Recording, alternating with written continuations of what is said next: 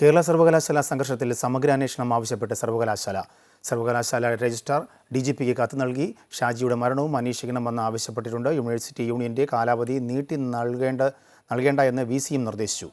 വിവരങ്ങളുമായി മാനസ മനോജ് തിരുവനന്തപുരത്ത് നിന്ന് ചേരുന്നുണ്ട്. മാനസ, ഒന്ന് രണ്ട് വിഷയങ്ങളുണ്ട് ഈ സർവകലാശാല കലോത്സവവുമായി ബന്ധപ്പെട്ട്.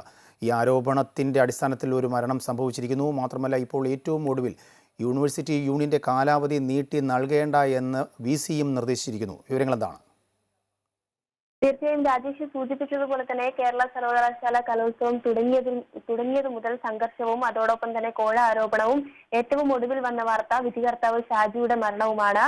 ഇക്കാര്യങ്ങളൊക്കെയും ചൂണ്ടിക്കാട്ടിയാണ് സമഗ്ര അന്വേഷണം, കലോത്സവ ദിനങ്ങളിൽ ഉണ്ടായ സംഭവങ്ങളെക്കുറിച്ച് സമഗ്ര അന്വേഷണം നടത്തണമെന്നാവശ്യപ്പെട്ട് സർവകലാശാല ആവശ്യപ്പെട്ടിരിക്കുന്നത്. ഈ കാര്യങ്ങളൊക്കെ ചൂണ്ടിക്കാണിച്ചാണ് സർവകലാശാല രജിസ്ട്രാർ DGPക്ക് ഇപ്പോൾ കത്ത് നൽകിയിരിക്കുന്നത്. ഏതായാലും ഷാജിയുടെ മരണവും അതിനു പിന്നിലുള്ള കാരണവും ഉൾപ്പെടെയുള്ളവ ചൂണ്ടിക്കാട്ടി നേരത്തെ പരാതി പോയിരുന്നു. ഇതിലും സമഗ്രമായ അന്വേഷണം നടത്തണം. എത്തരത്തിലാണ് സംഘർഷ സാധ്യതകളിലേക്ക് സർവകലാശാല കലോത്സവം പോയത്, അതോടൊപ്പം തന്നെ രണ്ട് യൂണിയനുകൾ തമ്മിലുള്ള രണ്ട് സംഘടനകൾ തമ്മിലുള്ള വിഷയങ്ങൾ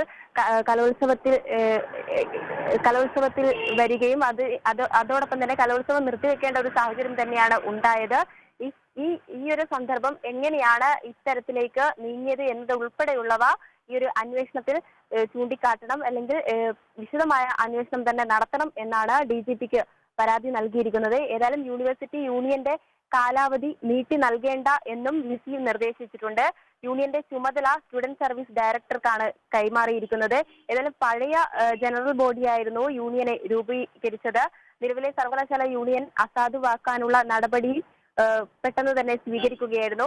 കഴിഞ്ഞ മാസം പുതിയ ജനറൽ ബോഡി നിലവിൽ വന്നു. എന്നാൽ കാലാവധി പുതുക്കണമെന്ന യൂണിയന്റെ ആവശ്യം വൈസ് ചാൻസലർ തള്ളുന്ന ഒരു സാഹചര്യം തന്നെയാണ് നിലവിൽ കാണുന്നത്. അതുകൊണ്ട് സ്റ്റുഡന്റ് സർവീസ് ഡയറക്ടർക്കാണ് യൂണിയന്റെ ചുമതല കൈമാറിയിരിക്കുന്നത്.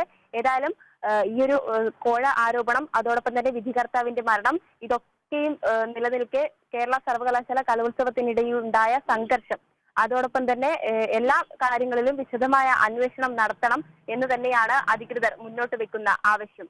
രാജേഷ്.